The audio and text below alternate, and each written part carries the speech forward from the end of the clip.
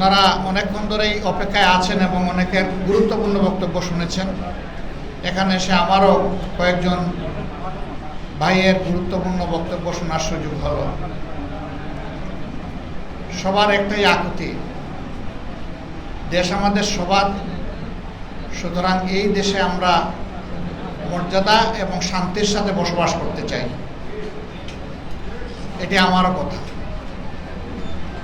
15.5 বছর আমাদের উপর বিভিন্ন ধরনের জুলুম নির্যাতন গিয়েছে, কিন্তু এর যখন অবসান হয়েছে 5 আগস্ট, ওই রাত্রেই আমি আমার দলের সমস্ত সহকর্মীদেরকে আহ্বান জানিয়েছি যে অবশ্যই শান্ত থাকবেন, ধৈর্য ধরবেন এবং মহান আল্লাহকে স্মরণ করিয়ে দিয়ে বলছি যে কারো উপর কোনো প্রতিশোধ নেবেন না। এরপরে জাতিকে একই কথা অনুরোধ করেছি।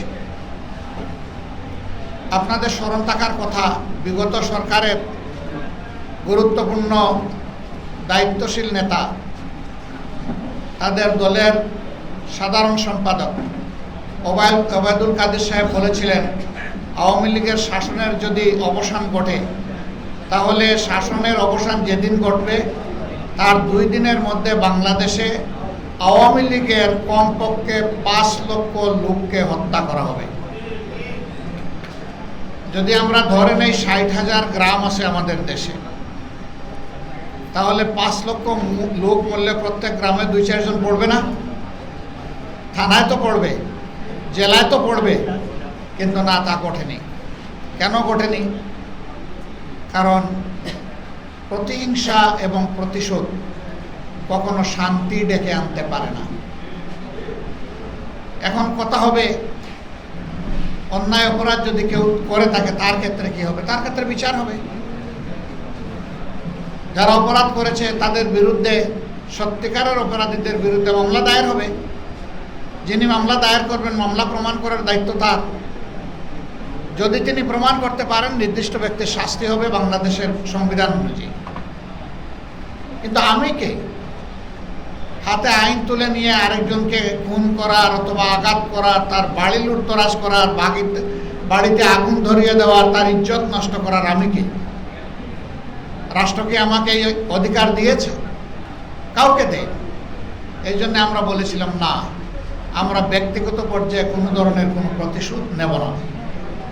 তবে ক্ষতিগ্রস্ত যে কোনো ব্যক্তি, সে যে ধর্মেরই হোক, যে দলেরই হোক, সে যদি তার উপরে আঘাতের অথবা জুলুমের প্রতিকার চায়, এটা তার অধিকার। সে আদালতে যাবে।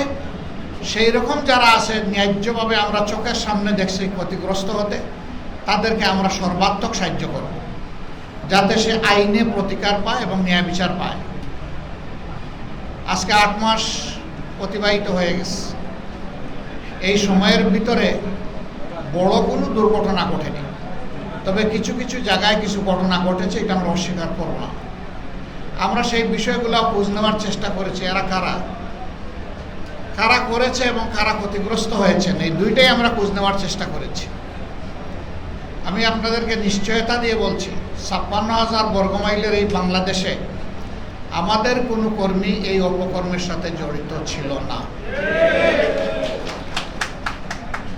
বরঞ্চ এগুলার আমরা সোচ্চার প্রতিবাদ করেছি। আর যারা ক্ষতিগ্রস্ত হয়েছেন, বেশিরভাগ ক্ষেত্রে তারা হয়তো কোনো নির্দিষ্ট দলের নেতা ছিলেন, কর্মী ছিলেন, তাদের হয়তোবা তাদের দ্বারা অন্য কেউ আহত, ক্ষতিগ্রস্ত হয়েছে, তাই তারা প্রতিশোধ নিয়েছে। কিন্তু আমাদেরকে ক্ষতিগ্রস্ত করলেও আমরা কোনো প্রতিশোধ নিইনি।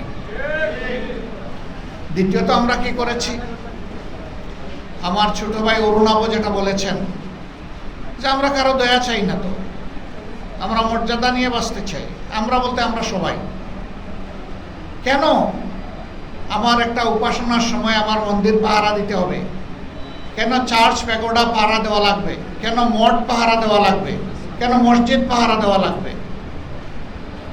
যদি দেশে নিরাপত্তা নিশ্চিত থাকে, তাহলে সকল ধর্মের মানুষ তার মনের প্রশান্তি নিয়ে তার ধর্মীয় আচার আচরণ সে করবে, পালন করবে। এটা তার অধিকার। এখানে কারো দয়ার কোনো ব্যাপার নাই। আমরা চাই সেটাই হোক। তবে এই পরিস্থিতি সৃষ্টি না হওয়া পর্যন্ত যতদিন বিভিন্ন ধর্মের মানুষের প্রয়োজন হবে আমরা তাদের পাশে আছি।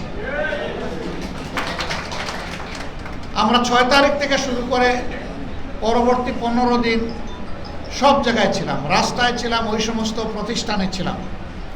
কেউ কেউ আশঙ্কা করেছেন তার ব্যবসা প্রতিষ্ঠানে হামলা হবে, সেখানেও আমরা পাহারা বসিয়েছি। কেউ বলেছেন আমি বাড়িঘরেও আশঙ্কা করছি, আমরা তাদের সাথে তাদের বাড়িঘরে বসবাস করেছি। আমরা বলেছি যেদিন তারা বলবে যে আর প্রয়োজন নেই সেদিন তোমরা চলে আসবে। 15 দিনের দিন আমরা সকল ধর্মের শীর্ষস্থানীয় নেতৃবৃন্দকে নিয়ে একসাথে বসেছি, বসে বলেছি যে এটা আমাদের নৈতিক নাগরিক দায়িত্বের জায়গা থেকে করেছি, কিন্তু এটা আমাদের রাষ্ট্রীয় দায়িত্ব না। আমরা চাই রাষ্ট্রের কাজ করব। এখন যেহেতু পুলিশ বিভিন্ন স্টেশনে আসা শুরু করেছে, আপনারা যদি ভালো মনে করেন আমরা এখন আমাদের লোকদেরকে উল্টো করতে চাই, আর আপনারা যদি চান যে না আরও কিছুদিন থাকবে আমরা থাকতে চাই, সিদ্ধান্ত আপনারা দেবেন। তারা তখন বলেছেন না চাইতেই যখন আপনারা এসেছেন, আশা করি প্রয়োজনে আগামীতেও পাব। 15টা দিন মেঘে ভিজে রোদে শুকায় আপনাদের লোকেরা মশার কামড় খেয়ে দিন রাত তারা পাহারা দিয়েছে, আমরা পারি নাই। এখন আমরা আপনাদের প্রতি কৃতজ্ঞ, আপনারা আপাতত লোকদেরকে উঠাই নিতে পারেন। এরপরে আমরা এটাতে উঠাই নাই, আমরা প্রধান উপদেষ্টা এবং তার উপদেষ্টা মণ্ডলীর সাথে বৈঠক করেছি। বৈঠক করে বলেছি এখন দায়িত্ব আপনারা নেন। এখন আর এই দায়িত্ব আমরা পালন করতে চাই না। আমরা চাই সরকার তার মর্যাদাপূর্ণ দায়িত্বের হক আদায় করুক। তবে হ্যাঁ, প্রয়োজন হলে আমরা আপনাদের ডাকেও সাড়া দেব। যখন প্রয়োজন হবে আমরা তখন তাদের সম্মতি, এই পক্ষের সকলের সম্মতি সহ আমরা আমাদের লোকদেরকে তুলে নিছি। এরপরে যখন দুর্গাপূজা আসলো তখন সারা দেশে আমরা আমাদের লোকদেরকে মেসেজ দিলাম যে আপনারা ডিসি এসপির সাথে বসেন, এখানে এখন সামরিকও একজন দায়িত্বশীল ব্যক্তি তাকেও রাখেন এবং সকল ধর্মের নেতৃবৃন্দকে রাখেন। এখানে মুসলমানদের ইমামরাও যেন থাকে, খতিবরাও যেন থাকে। কারো কোনো মাথা গরম কথাতে যেন আমাদের সমাজে কোনো অশান্তি সৃষ্টি না হয়। দায়িত্ব সবাইকে নিতে হবে, ঠান্ডা মাথায় চলতে হবে, পরস্পরকে সম্মান করতে হবে, মানুষকে ভালোবাসতে হবে। এর ভিত্তিতে আমরা একটা সমাজ চালাতে চাই, দেখতে চাই। আলহামদুলিল্লাহ এই দায়িত্ব সবাই পালন করেছে। এখন সব জায়গায় লোকেরা বলছেন যে আমরা এবারকার পূজাটা কোনো ধরনের সংকোচ, আতঙ্ক, আশঙ্কা ছাড়া পালন করেছি। আমরা চাই আগামীতে এইভাবেই হোক, কেউ কারো যেন পাহারাদারের দরকার না পড়ে।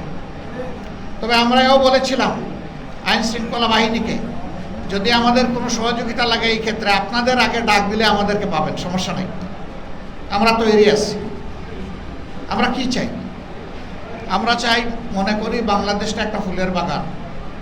আমাদের সাবেক প্রিন্সিপাল সাহেব বলেছেন যে, উনি বললেন নাকি কবি সাহেব বলে গেলেন যে আল্লাহ তাআলার ইচ্ছা ছাড়া, মেহেরবানি ছাড়া কেউ কোনো জায়গায় পয়দা হয় না।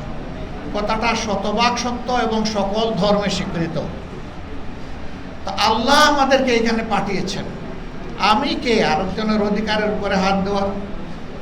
আমি আপনাদেরকে একটা বিষয়ে শক্ত হওয়ার জন্য বলবো, আগামীতে কোনো জালেম যদি আপনাদের উপরে জুলুম করেন, আপনারা প্রতিবাদ করবেন, প্রতিরোধ করবেন, আমাদেরকেও সাথে সামিল রাখবেন। আমরা চাই না জুলুমের শিকার হয়ে ধুকে ধুকে কেউ কষ্ট পাক অথবা তার প্রিয় জন্মস্থান ছেড়ে অন্যত্র চলে যাক, এটা আমরা চাই না। আমরা চাই আমার জন্মস্থান আমার আল্লাহর দান, আমার প্রভুর দান, আমার সৃষ্টিকর্তার দান। আমি আমার জন্মস্থানে থাকবো এবং সম্মানের সাথে থাকবো। যারা অতীতে অপরাধ করেছেন, আমরা মনে করি যে অপরাধীদেরকে চিহ্নিত করে যার হক তার হাতে ফিরিয়ে দেওয়া উচিত, সে তার হক বুঝে পাক। আমার নিজের ছোট্ট জীবনের ঘটনা, আমি একটা বাড়ি বদল করলাম। আমার বাড়ি আর রাস্তার মাঝখানে একটা পুকুর, মজা পুকুর, মোটামুটি একটা ভালো বড় জায়গা নিয়ে। এই পুকুরটা আমাদের দেশের ভাষায় অর্পিত সম্পত্তি। আমার কাছে এই পুকুর যারা লিজ নিয়েছেন তারা আসলেন সমবেতভাবে, এসে বললেন যে আমরা অনেক অংশীদার, কিছুই করতে পারি না, আপনারা এখানে বাড়ি নিয়েছেন, আপনারা এটা নিয়ে নেন। আপনাদেরকে আমরা দিয়ে দিতে চাই। আমি বললাম যে এই সম্পত্তি আমি জানি না কেউ মনের দুঃখে ফেলে গেছে নাকি মনের আনন্দে ফেলে গেছে, তবে আমি এটা বিশ্বাস করি মনের আনন্দে কেউ ফেলে যায় না। মনের দুঃখে ফেলে যাওয়া এই বাড়ি বিনা পয়সায় যদি আপনারা আরও কিছু পয়সা আমাকে দিয়েও দেন আমি তাও নেব, আমি নেইনি। অথচ আমার বাড়ির রাস্তার মুখ হচ্ছে এই জায়গাটা, নিলে আমি রাস্তাটা প্রশস্ত করতে পারি, পুকুর ভরাট করে এখানে ইচ্ছা মতো একটা বাগান লাগাইতে পারি বা ভালো কিছু করতে পারি, একটা প্রতিষ্ঠান সামাজিক প্রতিষ্ঠান করতে পারি, কিন্তু আমি নেব না। কারণ বিশ্বাস করি যে যারা কষ্ট পেয়ে এই জায়গাটা ছেড়ে চলে গেছে প্রত্যেকটা ধুলা অভিশাপ দিচ্ছে যাদের কারণে চলে গেছে তাদের। অতএব আমি অনুরোধ করব আগামীতে আমরা সবাই, এখানে আপনারা নাই, আমরা সবাই যে কোনো অপকর্ম আমাদের উপরে চাপানো হলে আমরা ঐক্যবদ্ধভাবে প্রতিরোধ করবো ইনশাআল্লাহ। সেটা মুসলমানের উপরে হোক, হিন্দুর উপরে হোক, খ্রিস্টান ধর্মাবলম্বীর উপরে হোক অথবা বৌদ্ধ ধর্মের লোকদের উপরে হোক। আমাদের দেশে এই 4 ধর্মের মানুষ আমরা মিলেমিশে ফুলের বাগানের মতো থাকব। আমরা আমাদের বাগানকে সাজাবো। ফুলের বাগানে যে ফুল ফুটে এটা পবিত্র, এটার ঘ্রাণও চমৎকার, এবং এক ফুলে বাগান হয় না। কোনো এক জাতি ফুল কেউ লাগাইলে মানুষ বলে যে এই ফুলের চাষ করছে, আর যখন বহু জাতের ফুল থাকে তখন বলে যে একটা বাগান গড়ে তুলছে। আমরা বাংলাদেশকে বহু জাতের ফুল দিয়ে গড়বো ইনশাআল্লাহ। সেই বাংলাদেশে আমরা আগামীতে চাই।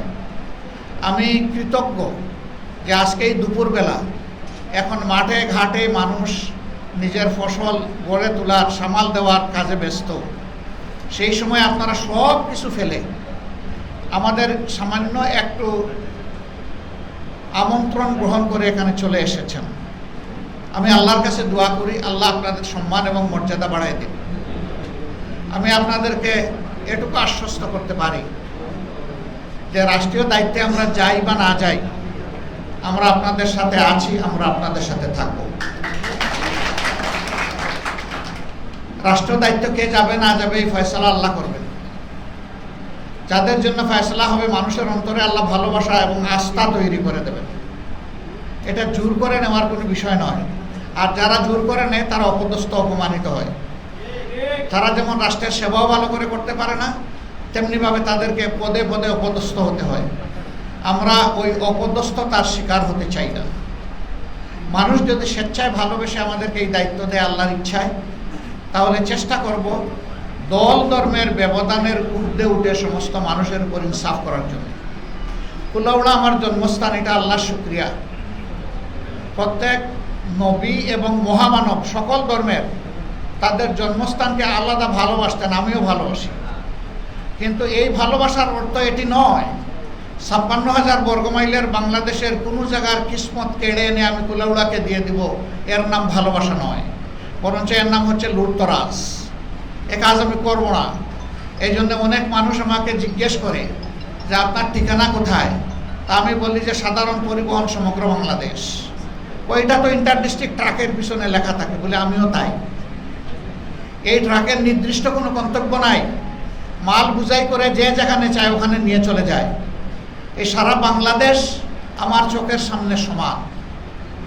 আমার একটা জন্মস্থান অবশ্যই আছে, একটা ঠিকানা অবশ্যই আছে, কিন্তু এখন আর আমি এটা বলবো না। কারণ আমি এখন একটা সংগঠনের কেন্দ্রীয় দায়িত্বের মূল জায়গায়। এখন যদি আমি ওই রকম আলাদা কোনো আমার অন্তরে রাখি, চোখের সামনে রাখি, তাহলে বাংলাদেশের মানুষের উপর দল ধর্ম নির্বিশেষে আমি ইনসাফ করতে পারবো না। আমি চাই না আমার দ্বারা আমার সন্তানের প্রতি, আমার পিতার প্রতি, আমার ভাইয়ের প্রতি, আমার মায়ের প্রতি, আমার বোনের প্রতি, কোনো বন্ধুর প্রতি অতিরিক্ত ভালোবাসার কারণে আরেকজনের হক আমার দ্বারা নষ্ট হোক, এটা আমি চাই না। এই জন্য আমাদের অঙ্গীকার যে প্রত্যেকটা এলাকাকে তার সম্ভাবনার আলোকে সাজায় তোলা হবে ইনশাআল্লাহ। সব এলাকার সম্ভাবনা এক ধরনের নয়। কুলাউড়া আমাদের হাওড় বাওড় আর পাহাড় সমতল মিলিয়ে কুলাউড়া। এখানকার জন্য যেটা অ্যাপ্লিকেবল, আমরা ভবিষ্যতের স্থায়ী সামাজিক উন্নয়নে এখানেই সেই পরিকল্পনা নেব ইনশাআল্লাহ। তবে একটা জায়গায় আমরা সবচেয়ে বেশি গুরুত্ব দেব, সেই জায়গাটা হচ্ছে শিক্ষা। এই জায়গা ঠিক হলে পুরা জাতি ঠিক। এই জায়গা বেঠিক মানে পুরা জাতি বেঠিক। শিক্ষিত হবে, কলমে অনেক ধার আসবে, কিন্তু ওই ধার কলমের কুচায় হয়তো জনগণের ভাগ্য কানাডায় চলে যাবে, না হয় আমেরিকায় চলে যাবে, জনগণের পকেটে আসবে না। আমি ছোট্ট একটি 10 ঘন্টায় সফর করেছিলাম। দেশের প্রায় গুরুত্বপূর্ণ সবগুলা জায়গা দেখার আমার সুযোগ হয়েছে। ছোট দেশ, কুলাউড়া উপজেলার মতো, 2.5 লক্ষ মানুষ, তাদের নিজস্ব 3 লক্ষ মানুষ তাদের বিদেশ থেকে নেওয়া দেশ চালানোর জন্য। সেই দেশটা হলো বিশ্বে এখন মাথাপিছু আয় সর্বোচ্চ, তাদের চাইতে আমেরিকারও আয় না, তাদের আয় সবচেয়ে বেশি। এটা হচ্ছে ব্রুনাই। এই দেশে আমি গিয়েছিলাম, আমি গিয়ে দেখি বাসার বাড়ি একটা পতিত অ্যাবান্ডন প্রপার্টির মতো লাগে। আমি বললাম কি বাসার কি একটা পরিত্যক্ত বাড়ি নাকি থাকে? কয় না থাকে। আমি থাকলে তো কোনো সিকিউরিটি নাই, গার্ড নাই, পুলিশ নাই, কি ব্যাপার? কয় না ওগুলো তার লাগে না। আমি বললাম নাকি লুকানো পুলিশ আছে, সিসিটিভি আছে? কয় না তাও নাই। আমি বললাম কেন নাই? কয়েছে জবাব আপনি পাবেন আরও 2-1টা জায়গা দেখে। আস্তে আস্তে ঘোরাচ্ছি, একটা সময় উনি বললেন যে আপনার মানে তকদির ভালো হলে এখন রাজার সালামও পেয়ে যেতে পারেন কিছুক্ষণের মধ্যে, কারণ এই সময় রাজা তার অফিস থেকে বাসায় ফিরে। রাজা সালাম দে? বলে হ্যাঁ, রাজা সবাইকে সালাম দে। তো দূর থেকে একটা জিপ গাড়ি দেখা গেল, আলতো, বললো যে সম্ভবত এটাই রাজার গাড়ি। আমি দেখলাম যে গাড়িটা নিকটে আসলো, একাই বসা গাড়িতে, একাই নিজে ড্রাইভ করছে আর সবাইকে সালাম দিয়ে যাচ্ছে। সামনে একটা মোটরসাইকেল পর্যন্ত এসকর্ট নেই। আমি জিজ্ঞেস করলাম তার কোনো ভয় ডর নাই? কয় না, নাই। কেন নাই? বলে যে এর আগে বিভিন্ন উপনিবেশিকরা এই দেশ শোষণ করে সব সম্পদ তারা লুটে ফুটে খেয়েছে। এই দেশটা স্বাধীন হয়েছে মাত্র 22 বছর, কিন্তু সেই দিন থেকেই এই ফ্যামিলি, এই রাজা ফ্যামিলি একা খায় না, তার জনগণকে নিয়ে সমানভাবে খায়। আমাকে প্রশ্ন করলো রাস্তার মধ্যে আপনি কোনো বাস দেখেছেন? আমি বললাম না। আপনি কোনো ট্রেন লাইন দেখেছেন? আমি বললাম না। বললো যে এখানে কোনো পাবলিক ট্রান্সপোর্ট নাই, এখানে এক করে 5 জন লোক থাকলে 5 জনেরই 5টা গাড়ি আছে, এবং এখানে কোনো ড্রাইভার নাই, সবাই নিজেই ড্রাইভার, প্রাপ্তবয়স্ক সবাই। আমি বললাম শ্রমিকদের তাহলে কি হবে? বলে যে তাদেরও গাড়ি আছে। এর মাঝে তিনি একটা শ্রমিক এলাকায় আমাকে নিয়ে গেলেন, বাংলাদেশি শ্রমিকদের সাথে কথা হলো। তখন সেখানে তারা বললো 52,000-এর মতো বাংলাদেশি শ্রমিক আছে। আমি বললাম যে how much salary you are getting? তারা আমাকে বললো যে আমরা খাইয়া দাইয়া আমাদের 2 লাখের মতো আছে মাসে। Can you imagine? একজন আনস্কিল লোক চলে গেছে সেখানে, অদক্ষ শ্রমিক, সে বলতেছে খাইয়া দাইয়া আমার 2 লাখ পাচ্ছে, কিন্তু সিন্ডিকেটের কবলে পড়ার কারণে তার এই 2 লাখ থেকে অর্ধেক চলে যায় সিন্ডিকেটের পকেটে। আমরা যদি সমাজের সব জায়গায় সিন্ডিকেট মুক্ত করতে পারি, তাহলে গরিব দারুসালাম ব্রুনাই যেমন শীর্ষধনী দেশ হতে পেরেছে, বাংলাদেশও হবে ইনশাআল্লাহ। শুধু চুরি বন্ধ করতে হবে, দুর্নীতি বন্ধ করতে হবে। তাহলে যারা দুর্নীতি এবং চুরি করে, শিক্ষায় তাদের মগজে ঢুকাইয়ে দিতে হবে যে তুমি দায়িত্বহীন কেউ নও।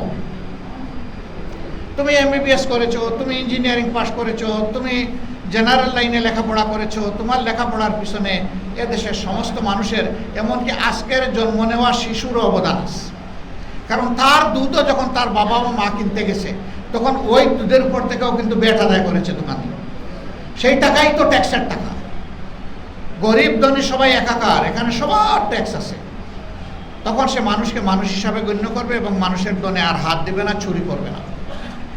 আমরা সেই জাতিটাই গড়ে তুলতে চাই। আমার সন্তানেরা বের হবে, হাতে তার কাগজের সার্টিফিকেট আসার আগে হাতে তার কাজ চলে আসবে। দুনিয়ার সবগুলা উন্নত দেশে তারা কলেজ ইউনিভার্সিটি থেকে ছাত্রছাত্রীদের ক্রেডেন্সিয়াল নিয়ে যায় বিভিন্ন কোম্পানি নিয়ে, তারা ওই সিভিটা স্টাডি করে একটা অফার লেটার, যাকে যে কাজে লাগানো যাবে সেই রকম একটা অফার লেটার পাঠিয়ে দেয় যে তোমার জন্য আমার কোম্পানির দরজা খোলা, তুমি আসো, ওয়েলকাম, এত তারিখে তুমি ইচ্ছা করলে জয়েন করতে পারো। তার কোনো পরীক্ষা লাগে না, পরীক্ষা দিয়ে তাকে ঢুকতে হয় না। পরীক্ষা দিবে কেন? সে প্রাইমারি পাস করলো, পরীক্ষা দিল, সে SSC পাস করলো, পরীক্ষা দিল, ইন্টারমিডিয়েট পাস করলো, পরীক্ষা দিল, গ্র্যাজুয়েশন পাস করলো, পরীক্ষা দিল, সে মাস্টার্স করলো, পরীক্ষা দিল। এত পরীক্ষা দেওয়ার পরে আবার চাকরিতে ঢোকার জন্য পরীক্ষা লাগবে কেন? এই সিস্টেম দুনিয়ার উন্নত দেশের কোথাও নেই। CV স্টাডি করে তারা অফার দিয়ে দেয় সার্ভিসের। কেন লাগে আমাদের দেশে? কারণ এই শিক্ষার উপরে আমাদের কোনো আস্থা নাই, যে ওর সার্টিফিকেটের সাথে ওর শিক্ষার মিল আছে কিনা একটু বাজাইয়া দেখতে হবে। আমরা ওই অথর্ব শিক্ষা আর জাতির সন্তানদেরকে দিতে চাই। আমরা সেই শিক্ষার সলিড উপহারটা তাদের হাতে তুলে দিতে চাই। এই যে এখানে বাগান থেকেও কিছু ভাইয়েরা এসেছেন, আপনারা হয়তো অনেকে জানেন বাংলাদেশের সবচেয়ে বড় হ্যান্ড সার্জন তিনি কিন্তু বাগানের একজন সাধারণ কর্মচারীর সন্তান ডক্টর আর কৈরি। তার চাইতে বড় কোনো হ্যান্ড সার্জন বাংলাদেশের নেই। তিনি তো বাগানের ঘর থেকে উঠে এসেছেন। তাহলে তার এই উত্থান প্রমাণ করে যে বাগানে এই ধরনের আরো বহু প্রতিভা লুকিয়ে আছে, কিন্তু প্রতিভার বিকাশের পথে রাষ্ট্রের পৃষ্ঠপোষকতার অভাবে, সমাজের সহায়তার অভাবে সেই প্রতিভাগুলোর বিকাশ হয় না। আজকে আর কৈরির দ্বারা লাখ লাখ মানুষ উপকৃত হচ্ছে। এরকম যখন কৈরিরা আরো বেশি করে তৈরি হবে তখন সমাজ আরো বেশি আলোকিত হবে, উপকৃত হবে। আমরা চাই না গরিবের কোনো সন্তান ড্রপ হয়ে যাক, তার লেখাপড়া বন্ধ হয়ে যাক তার অভাবের কারণে, কাজে লেগে যাক তার অভাবের কারণে। আমরা এটা চাই না। হ্যাঁ, মেধা যদি তার এক্সস্টেড হয়ে যায় আর যদি আগাতে না পারে সে কাজে লেগে যাবে, নো প্রবলেম। কিন্তু যতক্ষণ পর্যন্ত তার মেধার কাভারেজ থাকবে ততক্ষণ পর্যন্ত তাকে থামানো উচিত নয়, তাকে এগিয়ে দেওয়া উচিত। আমরা ওই সমাজটাই বিল্ড আপ করতে চাই। আমরা সবাই মিলে, আমরা সবার হাত যদি একসাথে মিলে যায় আমরা পারবো, ইনশাআল্লাহ আমরা পারবো। তখনই সমাজ থেকে বৈষম্য দূর হবে, দুর্নীতি দূর হবে, দুঃশাসন দূর হবে। তখনই সকলের অধিকার, ধর্মীয়, রাজনৈতিক এবং সামাজিক অধিকার পাবে। আমরা সেই অধিকারগুলাই নিশ্চিত করার জন্য লড়ে যাচ্ছি। ক্ষমতায় আল্লাহ কারে নিবেন না নিবেন জামুকি জানবো না, এটাই ম্যাটেরিয়াল। জীবন যতদিন আছে এই লড়াইও ততদিন চলবে ইনশাআল্লাহ। আপনারা দোয়া করবেন। আপনারা বলেছেন আমাকে নিয়ে আপনারা খুশি, গর্বিত। আপনাদের এই জায়গাটা আমার কোনো অপকর্মের কারণে যেন নষ্ট না হয়, আপনারা দোয়া। এই ব্যাপারে আমি যেন সতর্ক হয়ে চলতে পারি, আল্লাহ যেন এই তৌফিক দান করে। আপনাদের সাথে আরো দেখা হবে ইনশাআল্লাহ, আরো কথা হবে, আরো একান্তে বসবো। আমি হয়তো সবসময় মনের চাহিদায় পারবো না, কারণ দেশের একটা সামগ্রিক দায়িত্ব আমার উপরে, আমার সংগঠনের আছে। দেশ এবং দুনিয়া ঘুরতে হয়, শিখতে হয়, দেখতে হয়, দেশকে তুলে ধরতে হয়, ওদের দেশকে জানতে হয়। সেই কাজও ফাঁকে ফাঁকে করা লাগে, দুনিয়া ঘোরা লাগে। তো সব মিলাইয়া আমি যেন ফিজিক্যালি ওর ভার্চুয়ালি সব অবস্থায় যেন আপনাদের পাশে থাকতে পারি, দোয়া করবেন। আল্লাহ আপনাদের সবাইকে সুস্থ রাখুন। আল্লাহ তাআলা সবাইকে উন্নত জীবন দান করুন। প্রিয় সমাজের জন্য আমিও আবার বলতে চাই, ধর্ম যার যার, বাংলাদেশটা আমাদের সবার। আমরা ইনশাআল্লাহ স্বপ্নের বাংলাদেশ সবাই মিলে গড়ব। আল্লাহ তৌফিক দিন। সবাইকে আবারও শুভেচ্ছা, আবারও অনেক অভিনন্দন, আবারও কৃতজ্ঞতা। আসসালামু আলাইকুম, আদাব।